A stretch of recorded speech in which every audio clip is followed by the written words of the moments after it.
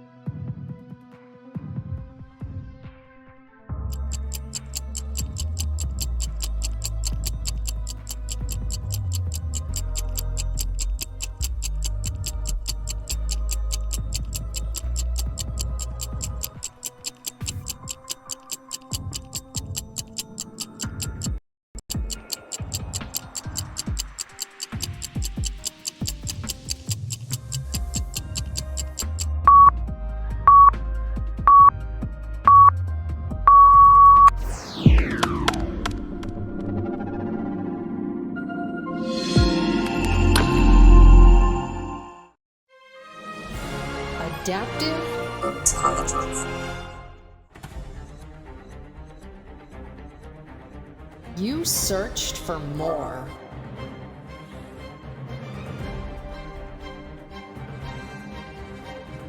You wanted to become the best version of yourself.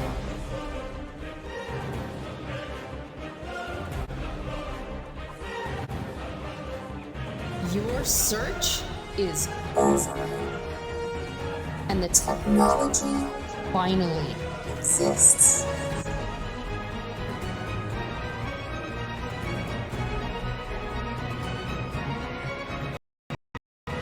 To go, your time has come. Unleash your potential. AQ. Adaptive intelligence.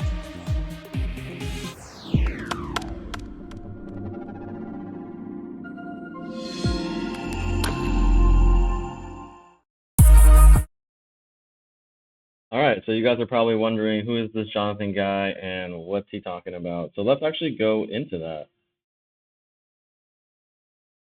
All right, so today's talk is unlock your inner power, and that's what we're going to be talking about, unlocking your inner power. So our guest is Jonathan Mozenter.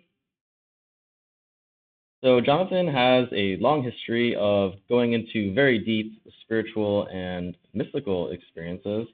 He's currently in Peru, and here's him with his lovely bride. So he's been through quite a journey. He's gone through many different places around the world, like many of our guests, participated in many sacred and spiritual ceremonies where he actually assists and helps people. So here he is at several sacred sites.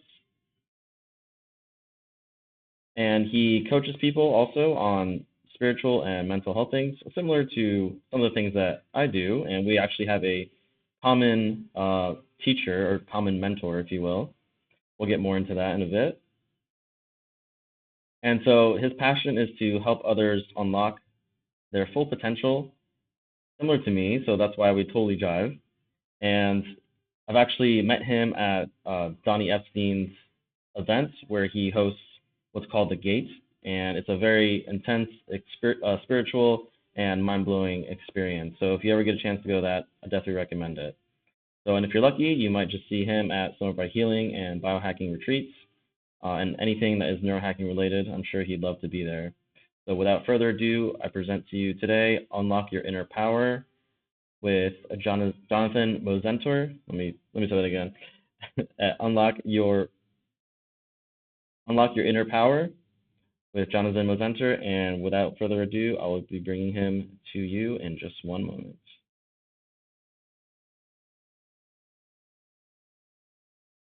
All right, so we are here with Jonathan. Jonathan, say hi to everyone.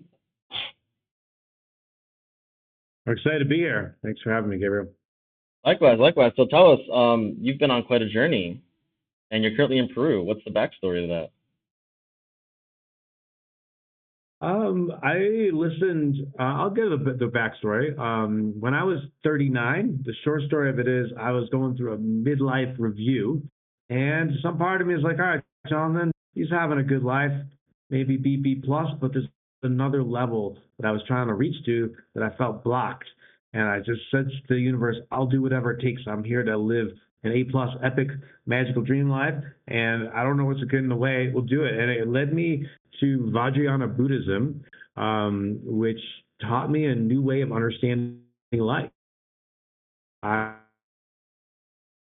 I just thought I was going to get over ADD, and it turned out they had a new metaphysics that made more sense to me, and also unlocked magical gifts that I never would have thought of. I was just like a regular materials dude, had a job, money, trying to date, kind of that life, and then had no really conscious mystical practice, and it just opened for me. And then some voice, higher self, connection to higher, realm started opening up, and just from doing these practices. And it turns out that my teacher was asked by the Dalai Lama to translate the secret teachings of Tibet. Now, I didn't know that's what I was getting into, but something in my soul just like married with it. And Donnie got, Daniel P. Brown, my teacher, was the one guy who got permission to westernize it. So my lineage is of Dzogchen Mahamudra, but with a Western influence. And as I started to get practicing it deeper, my intuition guided me to a lot of other teachers, and my soul's path is to integrate them. And one of my most important teachers is the one that we share, Donnie Epstein, who teaches epienergetics, which is the ecological use of energy and information to produce the extraordinary. And I thought we would do a really fast example of what that means, an embodied thing, because it's something I teach. And you've kind of experienced it. Maybe we could just bundle a couple energies that guide us, and maybe we can just pick them together. For example, what if we started off with imagining that we were fusing with the exact listeners of that and absorbing the questions that they have. So we make sure we're really going non-dual and listening to it. How would you agree to that as one? Yeah, I would love to see that. Let's do it. And maybe a second one, just enthusiasm for life and for having a brilliant opportunity for us to collaborate like this and really enjoy the synergy of our magic. And I was getting, do you have a third emotion or energy that you would like to add to the puzzle? Maybe mix three. Trust your intuition here. Yeah, definitely patience. I know it's a crazy world nowadays, and that's kind of like a virtue to the nth degree at this point, right? I love it. Yeah. I love that. Okay, how about that order? We go non-dual, we start with enthusiasm, and then we're patient. All right? So we're going to put our left hand up, and the audience can do it with us too if they want to get a feel of it. We're just going to create a field effect. So first step, put your left hand up, and quickly just imagine the typical people who are going to be listening to this, and feel in their energy and the questions they might have, the curiosity, their enthusiasm, and mix it with your own genius. Okay? And then when you're ready, pick up your other hand. And enthusiasm that you get to connect with a beautiful, proactive audience who wants to make the world a better place and do it in an intelligent way. So I really feel like that, you really stand for intelligent, thoughtful genius, and mixing the mystical and the intelligence so that, that more people can have it. All right. So now we're going to blend these two ideas. We're going to take this non-dual and this enthusiasm for what we're doing right now, and start to mix it back and forth, and start to bring your hands closer and closer together, back and forth. I'm just going to count from 3 to 0. Clap your hands when you get to 0. 3, 2, 1, 0. What we're doing is energetically combining these two, and then we're just going to add the patience. So boom. So we put all the combined energy in our left hand, and then we're just the last part, real simple. Then we'll do a quick ritual to seal it in, and just be patient. This is new information for a lot of people, and a lot of people might find it shocking. A lot of other people might be like, it's about time. And so people are all over the place, and let's be patient and bring in different voices tonight, and embody the different range of people, and feel free to question things. If something I say sounds outrageous, feel free to challenge me. I love being challenged. Everything I've come up with has a big experiential and logic base because I don't move forward unless I have both. So let's have patience with how this information will hit people in different ways with our enthusiasm and our connection to our wide range of audience. And now let's go back and forth and start to blend those energies together, back and forth, 3, 2, 1, 0. And then finish with put our hands like this, and just we got a field. I take in your energy, we blend, our souls merge for the entire interview, and we get the souls of the ideal people listening. So it is take us to the next spot here. I love that. It's definitely a mood shifter for sure. So like you're saying, it's energetic, Yeah. right? So let's actually dive into Yeah. that because we have experience Okay. with that, right? But the common layperson's like, what energy, what is that, right? I'm just trying to work my Yeah. job and make money and put food on the table. So how do you make that radical shift? Because I know that Tony Robbins is really big on that too, right? He's he has his little actions that he's make your move, and he changes your energetic state. And he's best friends with Donnie Epstein, right? So it's it makes sense that these two friends they share this very strong common belief that actually makes sense, right? So let's talk about that. Yeah. Yeah, I'm getting to try and break this down to a layman. So there's just pure energy, but then there's flavored energy. So what I call energetics is got a texture to it. So to me, if I had to break down my personal philosophy in the most logical way, there's 3 keys to really manifestation. If you want to increase your energy, and then you want to see where you are on a good map of development that's grounded in the laws of life, and then you want to bring the right flavored energy. What do I mean by flavored energy? I know people probably not with that. Well, we just did it. We just did 3 different ones. Patience is an energy, right? Enthusiasm is another energy, and you can bring them together. And then patience don't always have to be emotions. The first did was something spiritual. One of the things my students tell me most often is I know how to ground spiritual terms into practical living. So what we did was a non-dual. We I'm not going to get into all the metaphysics of it, but at some level, people understand that everything's connected and we're all connected. So allowing us energetically to absorb, even if that's just imagining what they look like, and allowing your intuition to put a bunch of different people and allow that imprint. And so it's a very practical tool to ground you in what's important, because we want to make a podcast that's useful to people. Right? I just want to jam on stuff that people don't find interesting. Yeah, we have a guest here that just joined in. Thanks for joining us, Everett. We'll be able to talk more with you at the end.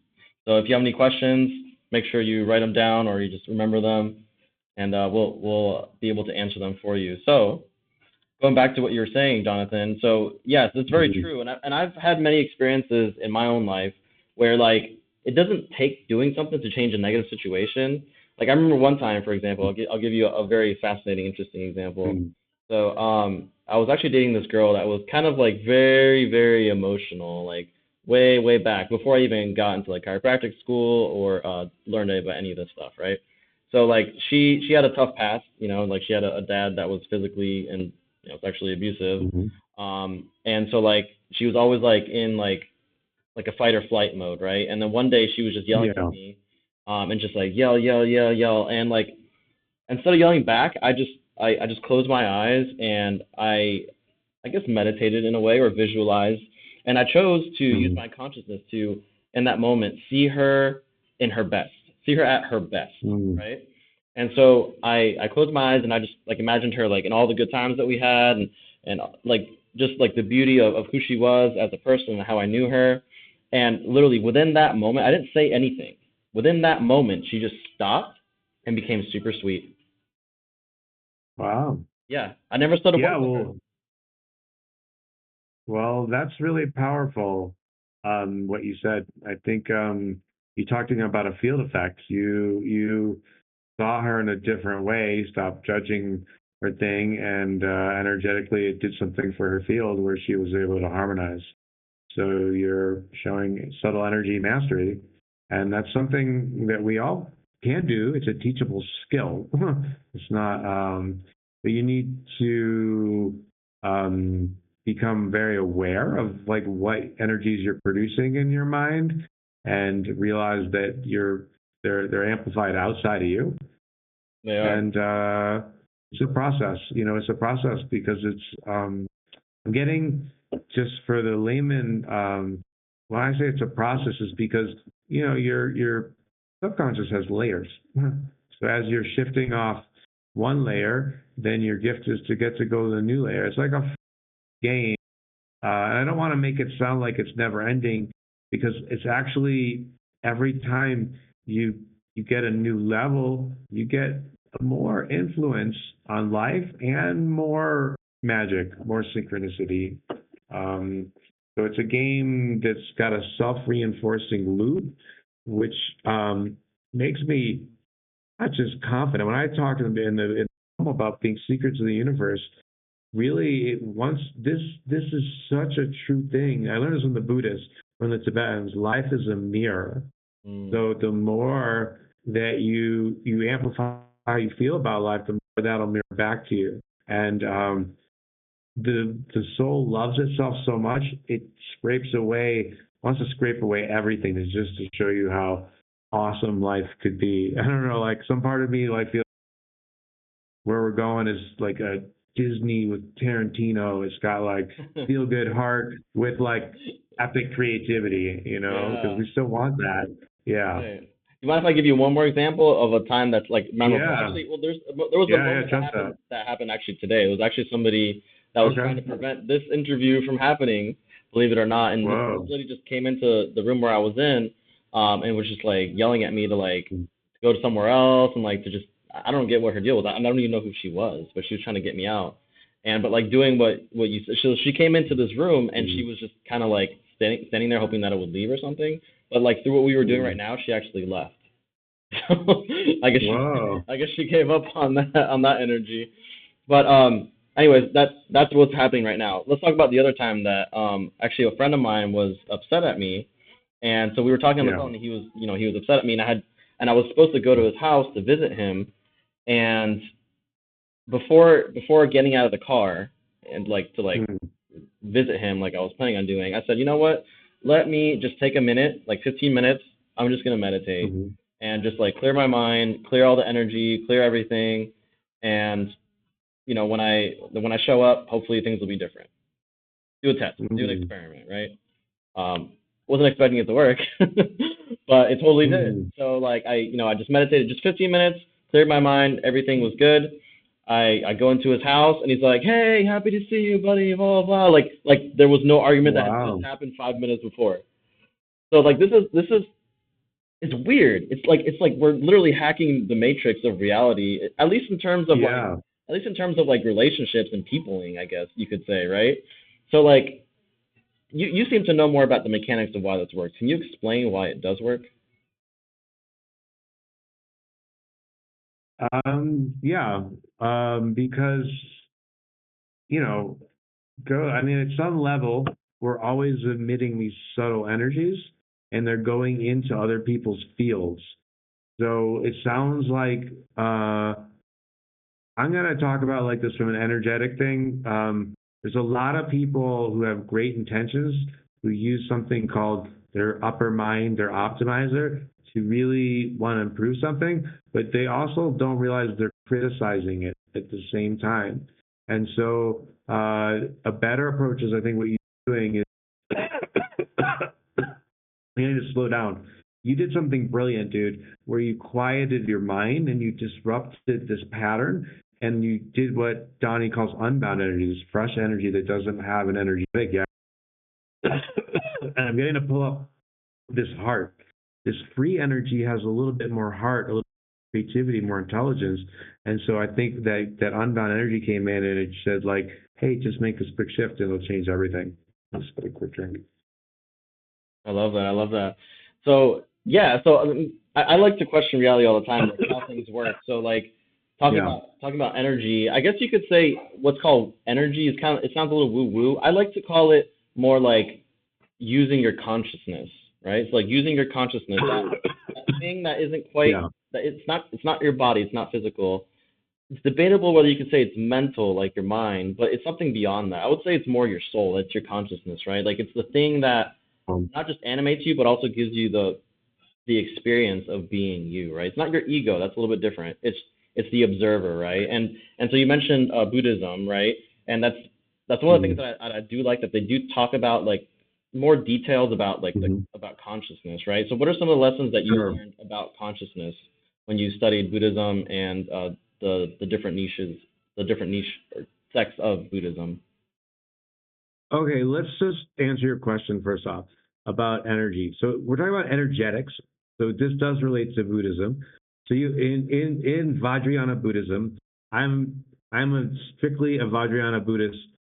Period. I mean, I've taken like a Vipassana retreat, which is a Goenka style. But I got guided to these two lineages. My teacher blends them.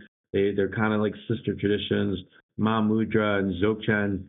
Mahamudra is kind of like a step by step getting you into a certain state, and then Dzogchen is considered the closing path. Um, and something said, I don't. What I really want to focus on is helping people understand your question. So, and it relates to Buddhism, so I can see how your soul combined them. Because what the soul helped, what the Buddhists taught me was about disidentifying with thought, feelings, emotions, sensations, and recognizing that they called it the field of awareness.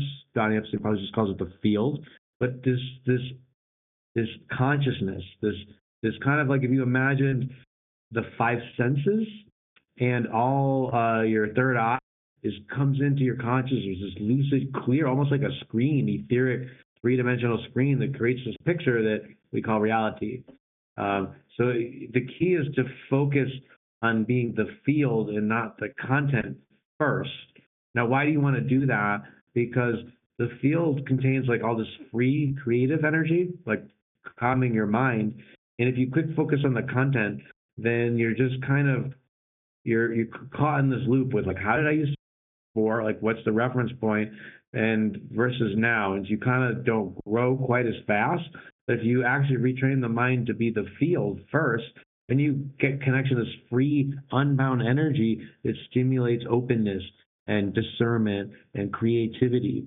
So there's a lot of logic to it, and it's not really woo. It's just understanding what's going on. So this unbound energy is like free energy that doesn't have a form yet, a label. And a lot of what the Buddhists teach you in Vajrayana is Hmm. to pay attention to how you're labeling things, and because that's like your mirror. Most people are labeling things. They're addicted to good, bad, like I want to move this, I want to move away towards that.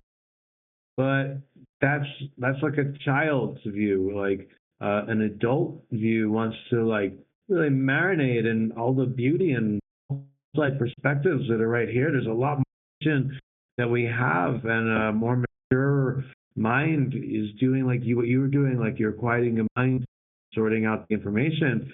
If we just go to our first impulses, is stuck in a chain from something, an imprint we probably made when we were a child. Mm. So disrupting that pattern by getting like quieting the mind, that stimulates the creative is really unlock people's growth, right? That's the theme of today's thing about unlocking your inner power. So that's one of the things I help teach people is how to do that really fast using both techniques from Donnie and things like conscious language and psychedelics, somatic therapy. We can go in a lot of directions, but what is your intuition feeling? What Yeah, so stuff? I would say to that Yeah. too, like there's like the universe kind of tests you too, right? Like because when you do start to figure this out, it tries to like push certain buttons. It pushes back, right? Like what can you say to that? Like is there like Yeah, a well, it's your universe next layer. that kind of plays back? Go for it. Oh, it's your next layer. So everything's about like getting into intensity, right? So imagine being a baby. You just like somehow we're all miracle. You don't know why you're here. Mhm. Body like, and you're coping. Your parents help you coddle. They swaddle you. They give you some toys, but sometimes they're not around, and you got to learn to self-soothe. And what Mhm. happens is the kids try out different defense strategies. There's a great book called The Five Personality Patterns by Stephen Kessler that lays this out really well. And children tend to pick like a favorite blankie, like a favorite defense strategy, maybe a backup one, maybe a third one, and their identity fuses with it because it's about soothing. And really what it's about is intensity. Something overwhelms the child. So those programs are really deep in us. And what happens is the soul wants to take those out because those are childhood protective patterns. The adult who really understands consciousness can really be with a much wider range of emotions. And once you feel intensity, that's connected to your third eye. 'Cause third eye feeling, and the more intense you're able to feel, the more you can connect to the future. Because at some level, it's all happening at once. That's maybe a little more esoteric, but I see things before they happen. And it didn't used to always be that way. I used to be very planning, trying to figure it out, very careful, think of all the things that could go wrong, prepare for everything. That was Jonathan. New Jonathan's my soul says go. I just went into a store and bought this heart. My soul's a woman's coming into your life. She lives in Los Angeles. You haven't met her yet, but you're going to give this to her. And I don't know. I just trust. Yeah. That's cool. I like that color too. I like teal. I have a truck and it's actually yeah, me too. Oh, nice. So you're gonna be coming out to California then, it sounds like. Yeah. I'm getting there to October. Okay. And I'm getting to something I wanted to talk about something that's a little bit political, but I want to talk about from a new way that maybe I've never heard before. There's this thing called the woke movement, where there's a lot of people who I think mean well, but don't really get the flavor of what they're doing.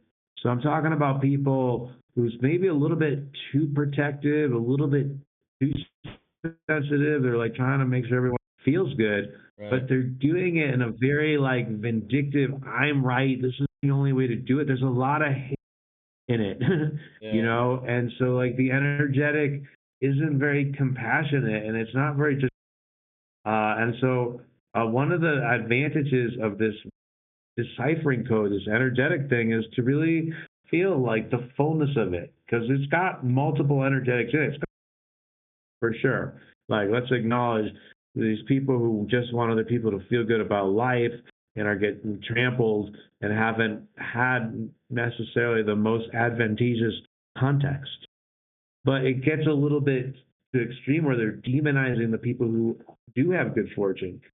So, for me, it's the next level is why don't we figure out so everyone can be privileged at once and stop judging the past? Because if you judge the past, you're still judging the present. And look at the past with compassion. There's not a lot of respect for emergence or unfoldment or evolution, both individually and collectively. We're so in urgency to have that valid stamp. We're a good boy. We're a good girl. We did it as a species that we were judging all the micro. But the deeper truth is to really appreciate the ride. It's cliche, but those who enjoy the process, enjoy life. If you're just waiting for the big orgasm, what if life was a flirt with little peaks and valleys, and we learn a full range of emotions rather than I gotta get the award. It's a different way of looking at things, but I think that's much healthier. What do you think? Yeah, there's definitely actually what you were talking about reminds me of some of Ken Wilber. Have you heard of spiral dynamics? I'm sure you have, right? So spiral dynamics is a theory of consciousness, right? So for everybody that doesn't know, it's a theory of consciousness and how there's different levels. So you start off at the very bottom, which is anger, hatred, all the ugly stuff, and then there's a progression up to survival. Yeah, the survival stuff, and then so there's a progression upwards to basically enlightenment or your true spiritual self, right? So it's kind of it's similar to Maslow's hierarchy of needs, but it's more just talking about just the consciousness. It's once those needs and development happen, what's the highest level you can achieve. And so that kind of ties into what you're talking about, right? Like, so a lot of people, even if they have the right Yeah. intention, they come at it with the wrong energy, and so that just like throws everything off. And now, like somebody who in their mind thought, hey, I'm going to be doing something for the greater good, now they're actually causing more problems, right? So it's because they didn't come at it with the right energy. So, That's brilliant. Yeah, let's go into sprawl damage. I know that model like the back of my hand. oh, Let nice. me just illuminate it a little bit. Or I am a big Ken Wilber is one of my biggest influences. So I'm getting like before Ken Wilber, I was agnostic. You know, I was like not spiritual, not just I was like, well, I don't know how anything exists. But like was like, I don't know, it's a mystery. And then I read Ken Wilber, who's a metaphysician. He has the ability to see meta patterns, and spiral dynamics is a meta pattern that he amplified. He didn't discover it. Claire Graves is a research. It's research based, and what it shows is individuals and collectives go through these stages of development of growth, and it starts out with like caveman, and what happens is each level is a solution to the previous level's like main problem. And so what happens is we solve one problem, and then that solution crushes it, but then it creates another problem, and it swings back from focused on the individual to the collective, and then the spiral gets more and more narrow as the individual and collective gets merges. But one of the most important things I think you're really getting at about energetics, this is where I'm so optimistic about the future because of this model, is that the first 6 levels, they think they're right and everyone else is wrong. And then you get to the 7th tier and you realize everyone's true but partial. Everyone's just seeing the world through the lens of development that they're at. And you develop compassion, and with more compassion, there's less judgment, a lot more. So as soon as we get more people into this 7th level called integral, then the peace on the planet's gonna like spread like wildfire. And it ties back to our previous conversation, which is about these people in this woke movement. That's actually the last. That's a toxic version. Each level of development has a healthy version and a toxic version, and that's like the toxic version of the next level before integral. So if those woke people honor their beautiful hearts and learn to attune the subtle energetics of what they're doing, there could be an explosion on the planet that takes over peace on Earth, because that's a strong wave that needs to be rejected. Like it's like a tennis player, like they just hit a powerful shot, and if it just gets rejected slightly, it can make a big difference. So do you think that's actually possible, like feasibly? Because like, you know, we all when we start life, we go through different experiences, right? There's like traumas that happen sometimes, and sometimes it's like things that are not in anyone's physical control, right? Even if it's, I'm not talking about humans doing bad things to humans, but maybe like there's like an earthquake or something, like things that can't be accounted for or controlled, right? Like I would love to create a world where everything is like everybody's like the highest consciousness imaginable, like a baby pops out and it's like enlightened, you know, just from birth. But like, Wow. you know, like how is that like really possible, or is that something that humanity will always be striving towards? What do you think? Um, well, what if enlightenment both has a fixed definition and a loose definition? Because it's kind of an obnoxious word. I think in classical Eastern enlightenment, what they're really describing is someone who's talked that primordial defense pattern, they've kind of taken it off and they've accepted at some level that they're God experiencing life through a lens. I think there might be some different variations depending on the traditions. But you know, that's just one line of development, and like in Ken Wilber's system, becoming up line. But it's one of the most important lines of development because it's if done really thoroughly, at least from a Vajrayana perspective, it's let me explain what I mean by that. Hmm. In Vajrayana Buddhism, they have a core tenet. It's actually all Buddhism, but Vajrayana influence it a little different. It's called interdependent origination, which is leads to emptiness. Now, let me explain what that means. It sounds like a complicated, but it's actually simpler. It's very profound. What they're saying is that each person has like a witness, and based on its like life experience, it sees like filter. Almost like imagine you're at the visionary thing, and because of your life experiences, your filter has certain perspective lenses, and that affects how you see whatever you're seeing outside of yourself. So it's saying that your truth is always 100% true for you, but it's also partial because it's obfuscated by biases, right?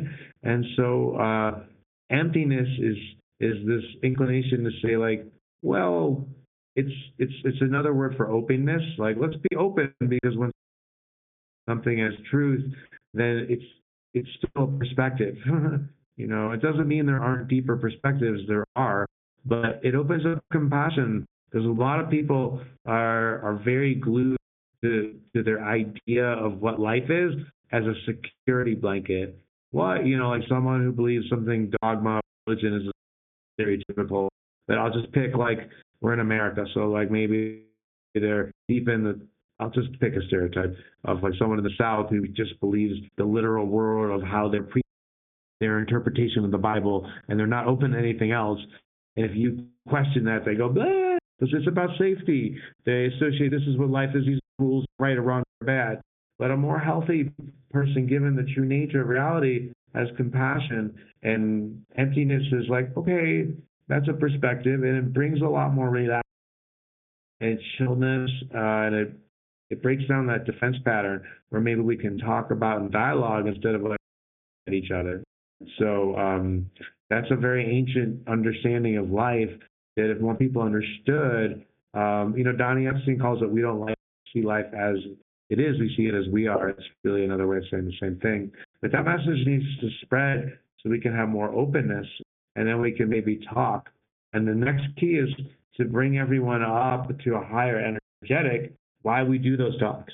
Because if we like, for example, I think peace codes can come from the people. I call them, what are the unfuckable sovereign citizen codes?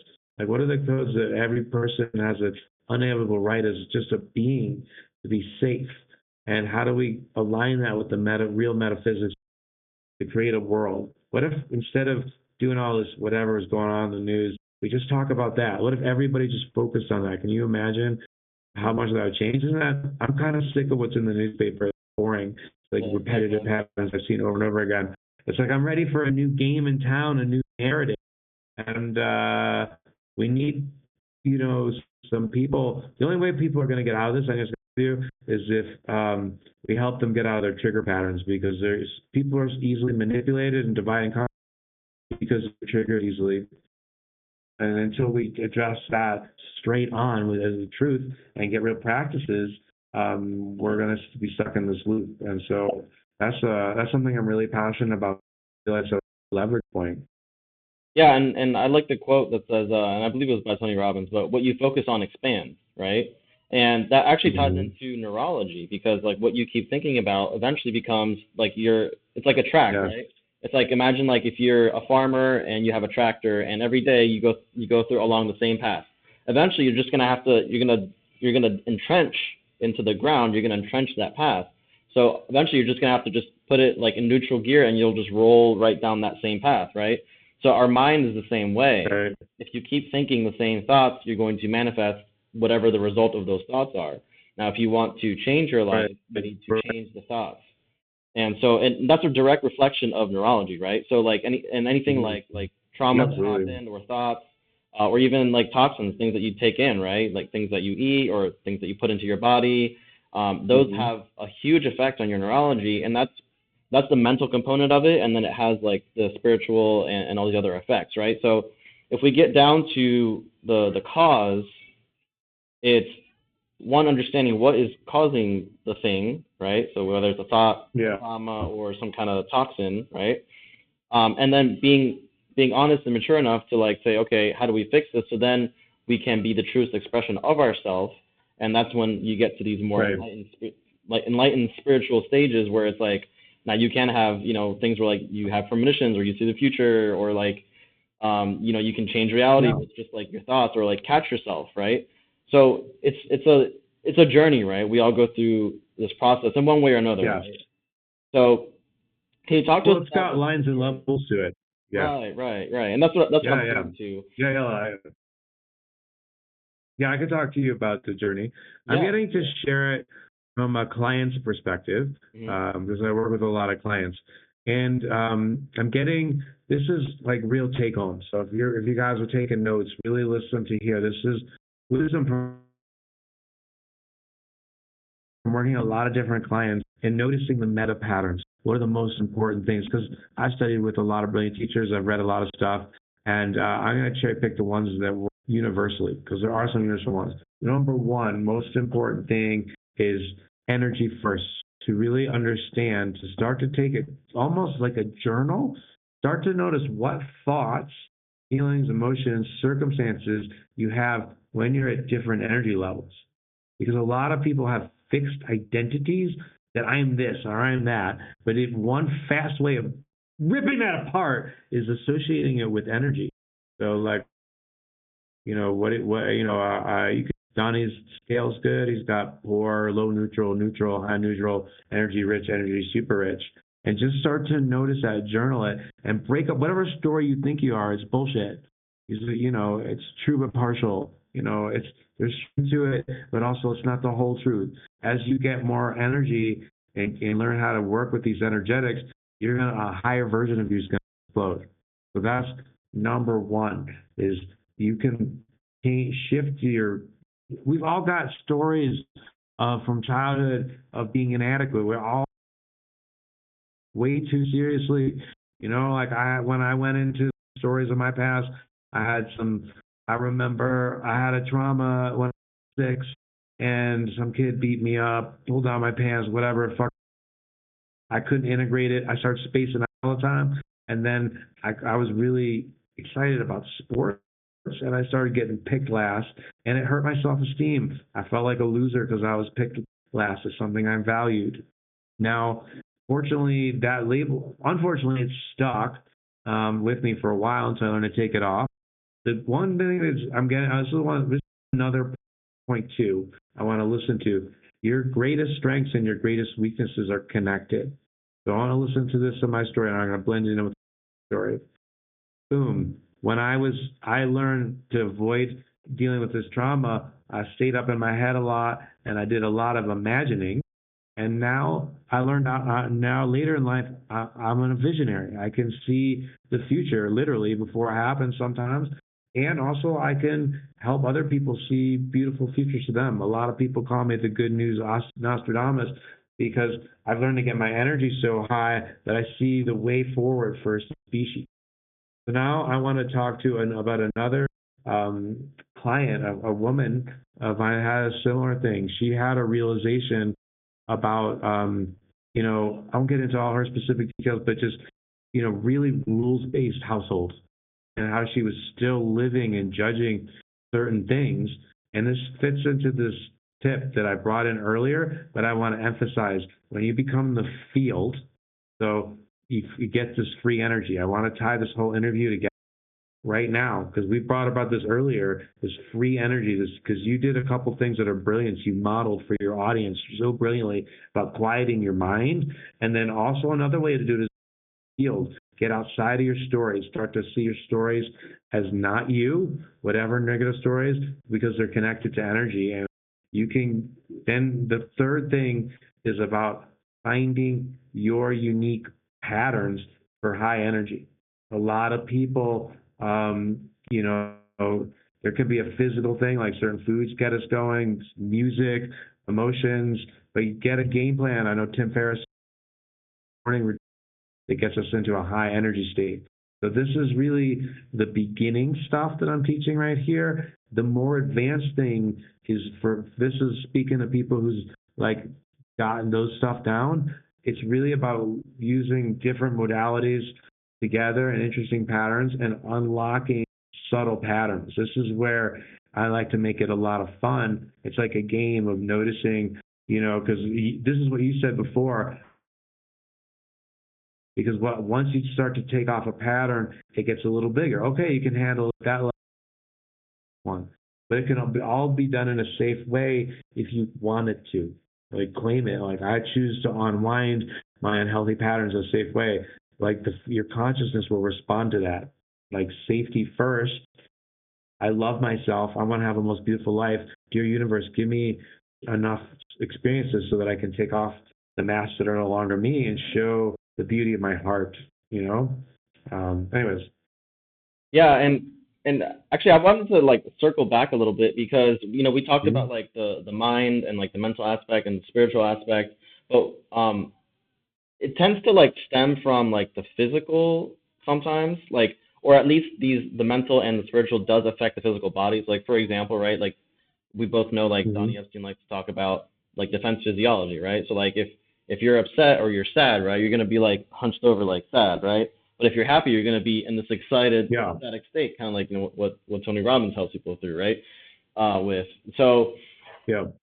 So like there's all these three things are related: your mind, your body, and your soul, right? So and they're all interconnected. So it's understanding how they're all interconnected and then how it can apply to your life, and then you do get those magical results like things that you never would have expected otherwise, right? So and I like how you tie all these things in with your clients, right? So not only is it learnable and like self-teachable, it's also you can help coach others through this process, right?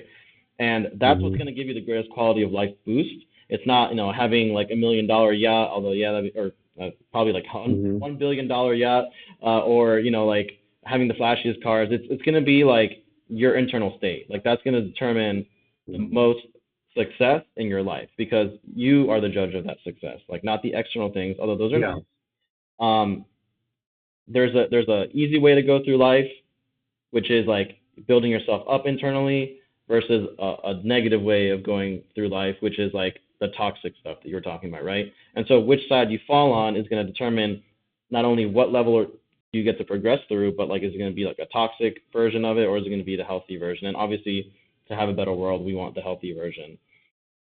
So I think awareness is the biggest thing, like awareness and then knowing what to do to be able to get out of the toxic level that you're in and switch over to the healthy version and then be able to keep progressing upward. So, and this is all like a spiritual, physical, and mental journey that we all go through. It's basically the human experience, right?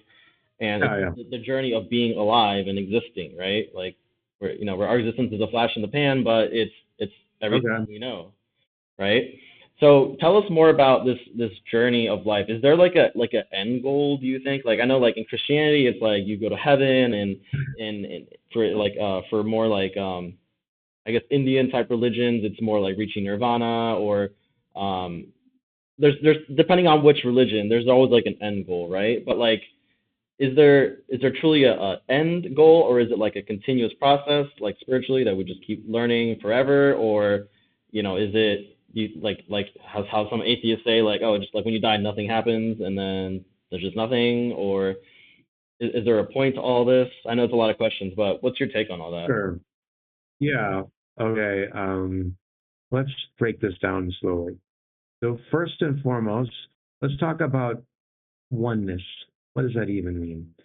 Well, let's break it down from a spiritual lens in terms of values. Well, a lot of times people feel one with life when their values are right. And so, like, I'm just going to get into what do I value?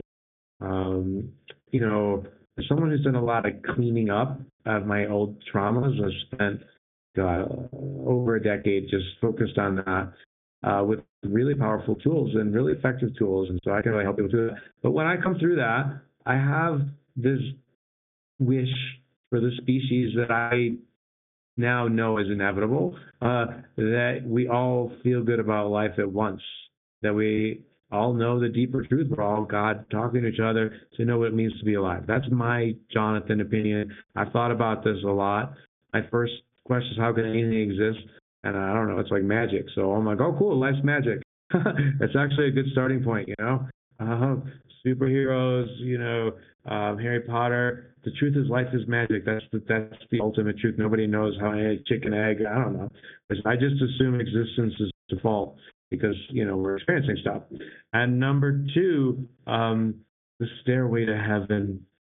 To me, the stairway to heaven is to align with this primordial, what I call the primordial question.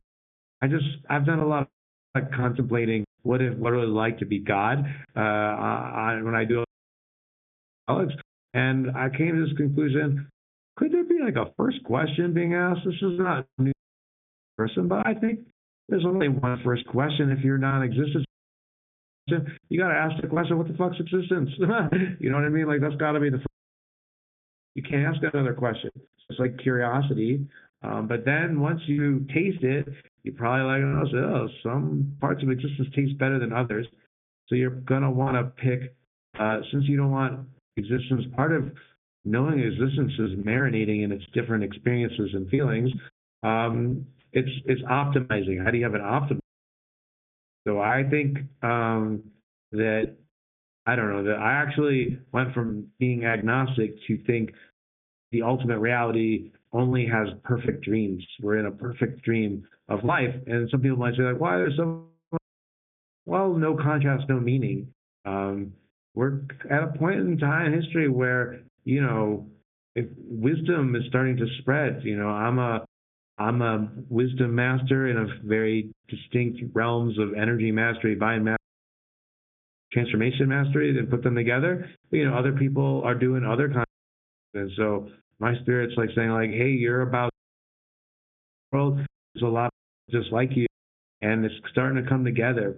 And one of the most important things, and this is in Donnie's models, and it's in the Buddhist model too, which is, and you even talked about it too, brother, about getting beyond the part of us that judges life as bad. If life's a mirror and we're judging it as bad, then we're just asking for bad until we get the lesson. And so I think there is a mathematical, I call him my Uncle Clunky guy. It's like, how many times do I have to get smashed on? Uncle Clunky get a coconut head a zillion times until he realizes, I got to shit right. But sometimes all of us have like certain Uncle Clunky thresholds before we learn a lesson. So I don't think anything's wrong. I think everything's right on top. But certain souls, all of us learn certain lessons individually and then bring them to the collective. I think it keeps going. So this is like, I think it gets more subtle. I mean, I ultimately came to the conclusion that we're all eternal life, living perfect dreams forever. And that's like a super energy rich belief system. And if life's a mirror, then that's what I'm going to get back. and so I'm going for it. When I did that thing when I was like 39, I was like, I'm going for my midlife. Like, I don't know. I didn't know exactly what I was getting into when that happened, but it's turned out like way better. So if you're out there and you're spiritual curious, like go for it. Like there really is, I actually believe everyone's God, but there's a part of God that's not in a body, that's like a mirror. Like Donnie calls it the weaver. Weaver just means like the synchronizing. It's like if you're a Christian, you probably call it the Father.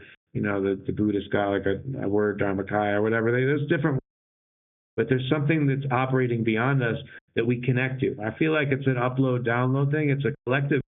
It's like it's like gathering all the information from the souls and the individuals and mirroring back the experiences so it can see. And so And the last piece I want to do is, the last piece I put is somebody's talk about Jesus, because I think I talked a lot about Buddhism, but the universe surprised me. I do this thing called deity yoga, where you pretend to be a deity for a while and it teaches things. It's a game of pretend, but it's like a mask you put on. And I did a lot of work with Ganesha, and he helped me sharpen my mind. And then when I was working with Ganesha, he said, Jonathan, why don't you really merge with Yeshua? He's going to teach you about compassion. Wow. And he helped me when I was like being with his wounds on the cross, pretending that I was able to be with my childhood trauma. And he teaches Also forgiveness, and I think to link forgiveness to energetics, if you're spending a lot of time not forgiving yourself or other people, then that's a lot of self-judgment in your mirror that you're popping back, projecting out. So integrating that stuff in yourself and allowing to that heart centered place of forgiveness, you got to get to a new energetic peak. And that can involve like things like neurostimulation, neuro stuff that you talk about both in the physical, because this is where you asked this question about physical, mind, body. So I'm bringing it all together here at one. So if we learn to get our bodies into higher states, right, and we align it towards the patterns of the universe, which is very spiritual, the metaphysics, then that will free our minds up from the things that are like causing an anxiety and worry, and integrate that so we have enough energy to really be present and deal with the actual problems that are happening not right now, not the ones in our mind. And if we learn that as a species, we get this as a capacity, like it's an educational issue, then we'll be able to deal with quantum commuting and AI because we're present, and we'll be able to adjust, and we won't be so attached to our old patterns, because that's the reason why we can't touch all problems is we haven't integrated what happened. Yeah, I agree. We definitely need to integrate, and the younger the better, right? And I like how in some countries they teach like Yeah. children how to like meditate at a young age. That's a good start. Mhm. It's not the whole journey. I know like our ancestors, like depending on like, where you're from, like the ancestors like started kids off like on spiritual journeys very young, and hopefully we see some kind of resurgence in that, right? Because as you develop internally, you do create a better world. Mhm. So because it makes you more conscious, right? Like more conscious of like yourself, others, and the effects of everything, right? How everything's interconnected.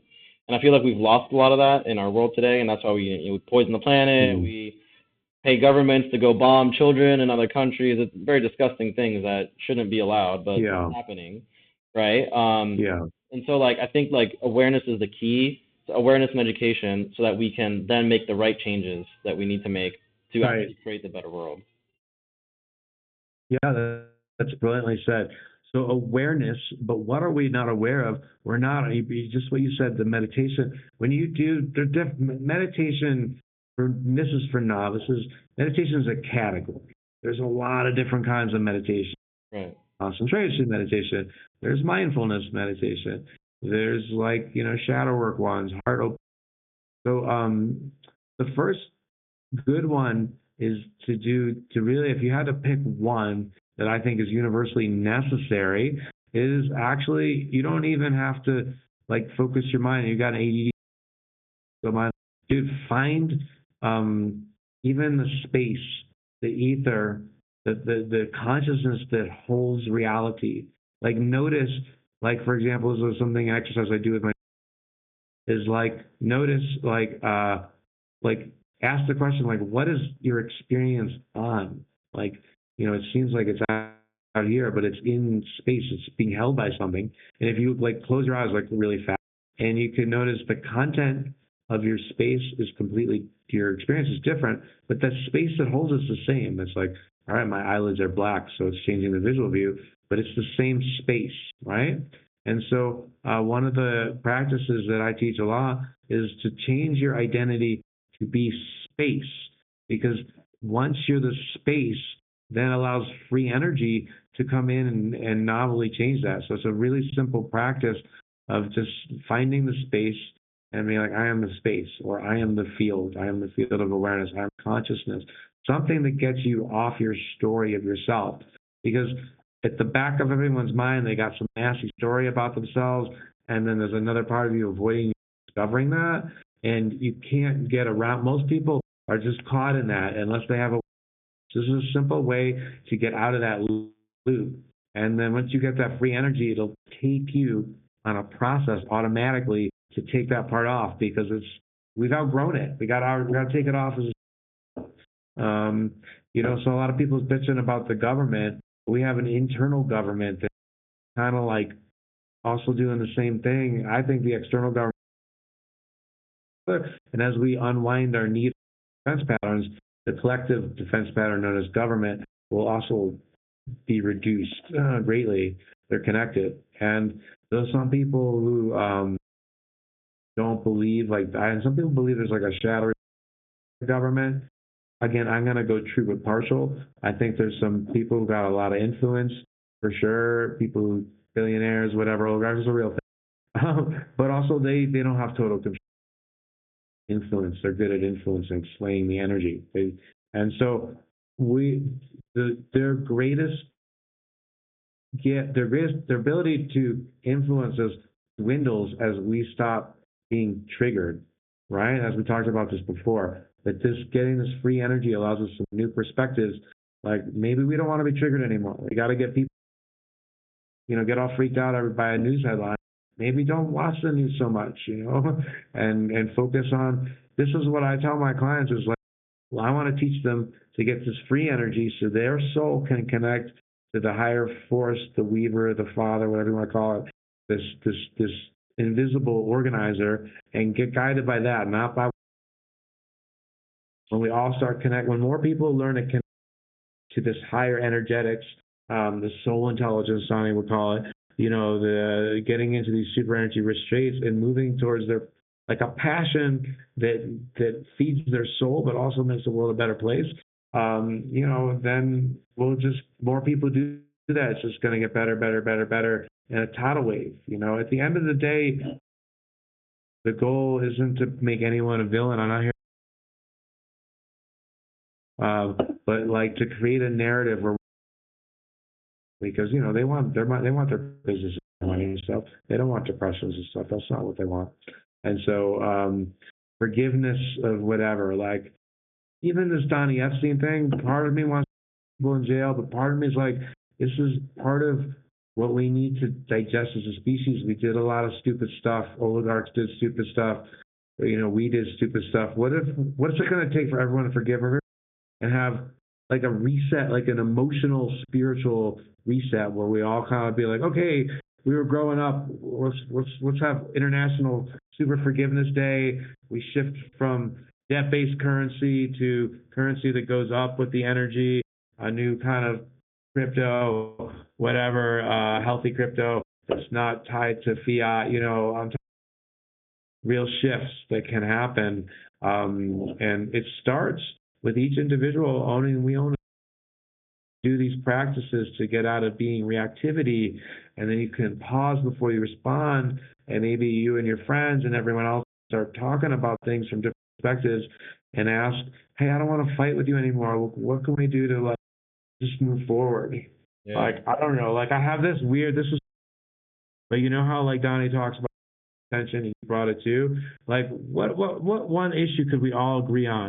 Like what if we all agreed it would be better not to have so much plastic in the ocean? Is anybody against that? Like, what if we all like focused on meditating? Dear Weaver, higher power, can you invent a plastic eating jellyfish or something? Like, what if we all focused on that and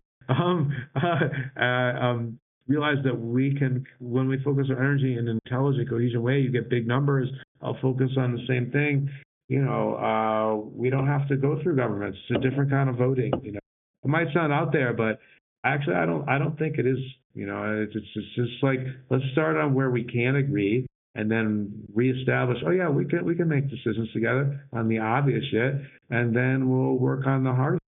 Like, who doesn't want, believe peace? Everyone deserves peace. Let's start there. If we energetically can get those rules down, then we can work on, okay, how can we fix some of these injustice issues in a way that there aren't big losers. And everyone win. If you have more, then you can make more win-win-win solutions. And to me, the next innovation that really has been that I co-invented using Donnie's and different energy masters with my facilitation background, but a new kind of conflict resolution that gets everybody in a state and agrees on the energy, just like we did, like to start this thing. What if we get some energy contracts and we work on an intelligent process and we commit to these fucking peace agreements, these unfuckable sovereign agreements. Let's change the conversation. I challenge all the newspapers.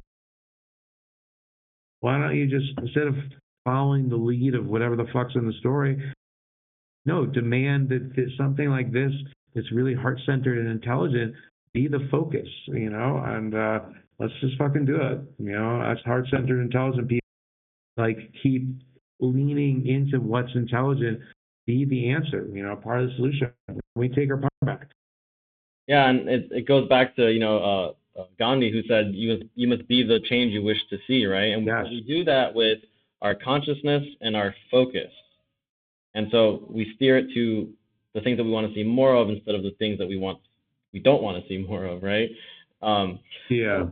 So before we close off, I'm actually curious because Yeah. before the last time we spoke, you said that you've been on lots of different spiritual journeys, and now you're in Mhm. Peru. I'm assuming you probably tried ayahuasca at least once. What's your experience been Yeah. in Peru and all this journey that happens? Well, yeah, I've done ayahuasca a number of times in my life, and it's always been life altering. But I'm getting to talk about my most powerful, most recent psychedelic experience, which happened in Costa Rica, another energetic vortex, which is I worked with Ayaboga. Oh, Ayaboga, yeah, is way different than ayahuasca. Not making it better or worse, it's just different. And I got the calling to do it. I'm getting to talk about the first time I did it, and particularly around why it was such a pivotal thing.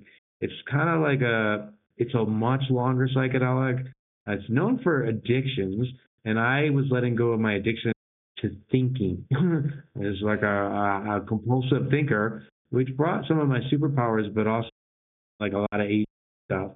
And basically it came down like I was gonna make it like I had this memory of like little Jonathan like run across the street, he's like 2, and my mom just like grabbed my hand like no, no, no, like you look both ways, you think really hard before you act. And like I don't know, my nervous system like took that really seriously, and that's not a bad thing. So I'm cautious, but like so much so that something said like the Buddhists taught me how to be the entire field, and so before like I was in my head worried disaster was gonna happen, and I was like really trying to prepare for it, and now I have this system where I'm connected to everything, and I'm very clear with the world. I'm here to live a long time. I'm in Turo being how long I'll be Jonathan. Vice versa is much longer than you can imagine, because like when you get these energetics right, these different practices, you can live longer, maybe forever. Like that sounds really, you understand you're not actually a body or a screen. Anyways, but the last thing I'm talking about this iBoat is it told me to transfer. There's something called a default network, and it's like mine was jammed up. Like go to the mind first. Go to the mind first. I actually commanded it down to the body. I call it my automatic body. I was like, okay, let's go to the body first, and then that'll stimulate this free, unbound energy in your mind, and you'll just be more creative, intelligent. You don't need to reference all this shit from your past. You just got this free energy. It's better. It's a huge operating system upgrade, and it's available to everyone who wants to do these different practices. And I'm so passionate on doing, getting so much fabulous results. My ambition is to train an AI bot and put it so the practices can be given cheaply through an app, and so everyone can get it. That sounds cool. That sounds novel. Yeah, that's my yeah. Wow. Yeah, so and you also eventually bring these energetics into organizations and see that they can if they imagine the CEOs of big organizations understand the power of seeing the subtle thoughts and shifting it, and then they bring it into their creative department, and everyone just starts functioning at a higher level. And this is where I think heart-centered spirituality and real-life business economics come together. I'll tell you what, my organizational development guy, like I know that CEOs want to make more, and they know that if their employees are way more intelligent, if they're using sharper discernment and tapping into their higher intuition because they're no longer stuck in defense patterns, I know that's going to excite them. Honestly, it's going to open their heart, and everyone's going to win together. So I actually see this as a energetics supernova that's about to unfold, and I only see good things happening for the world. I know we're going to do it, and when people surrender to this positive narrative, like it's almost like the species. If I had my heart wants to say like we're almost at the finish line. We're just about there, where we all realize that we're the ultimate reality. Control life by a lot of forgiveness, a lot of integration, a lot of what you said, undoing patterns. Like there are a lot of these spiritual practices that are mystical are really intelligent practices to undo old patterns and build a new.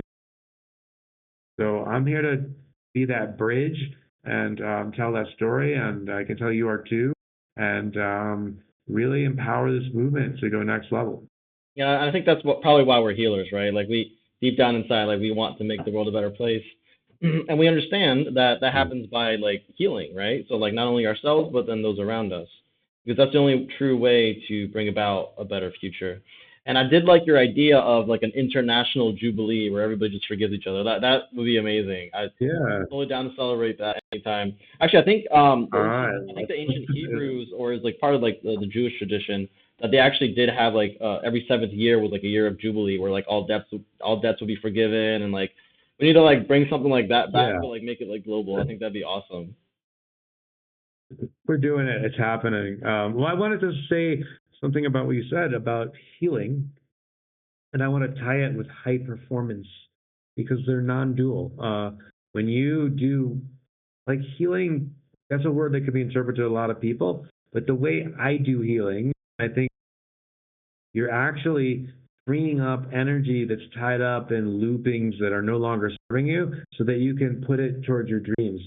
So when I work with people, it's not like we're just doing healing. It's like you're going towards your dreams, and when you go to your dreams, your obstacles are going to come up, and those could be labeled as healings, but they then, boom, that gives them more energy and intelligence on where they need to go next. So it's like, to me, I see them as like two sides of the same coin. They don't have to be separate. Not the way I do it. Yeah, I love that. And I would love if you would come out to some of our events, which we do healing, and some of the talks that we do, like this one and many other ones. Cool. Because I love the energy that you bring, and I love the knowledge and the experience that we both share, and I think the world will definitely benefit from that. So if in the future you'd like more talks and more stuff with us, please, by all means, please join us. Yeah, I'd love to, and it'll be easier once you're in San Francisco, right? So when I'm out in LA, we'll be a lot closer. An easy flight. Or a train ride. You should take the train at least once. It's the most beautiful views you'll ever see, guaranteed. Okay. Yeah, I'd like to see the California coast, like Big Moon, Sur, stuff like that. That's the best way, is with the train, because it goes through paths that there is no road to. So you get to see like the ocean on one side and then like the mountains on the other. It's like the most exquisite view. And I definitely recommend doing it like sometime around like sunset, so you can look through the window and like see the sunset, and it's beautiful. Highly recommend. So before we close out today, Jonathan, would you like to make any like closing remarks or statements before we actually go into the discussion part? I'm getting two things. Self-love's a real thing, man, and self-love, expand it out in three dimensions. It's just like love all the people you put in your life.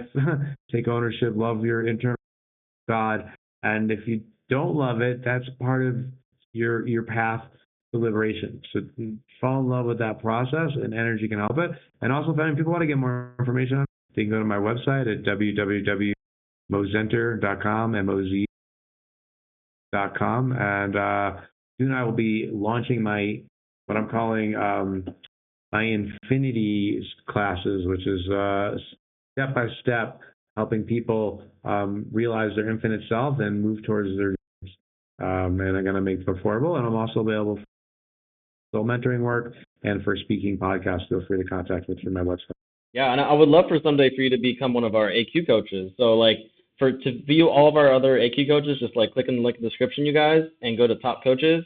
So every coach that's an official AQ coach will actually have their own profile where they show you like all the things that they offer, all the things that they do, and like a lot about them, right? So definitely encourage you to try that out, Jonathan. So let's go ahead and see if we have any questions from the audience. And let's see, we got, oh, we lost Everett, darn. Oh well.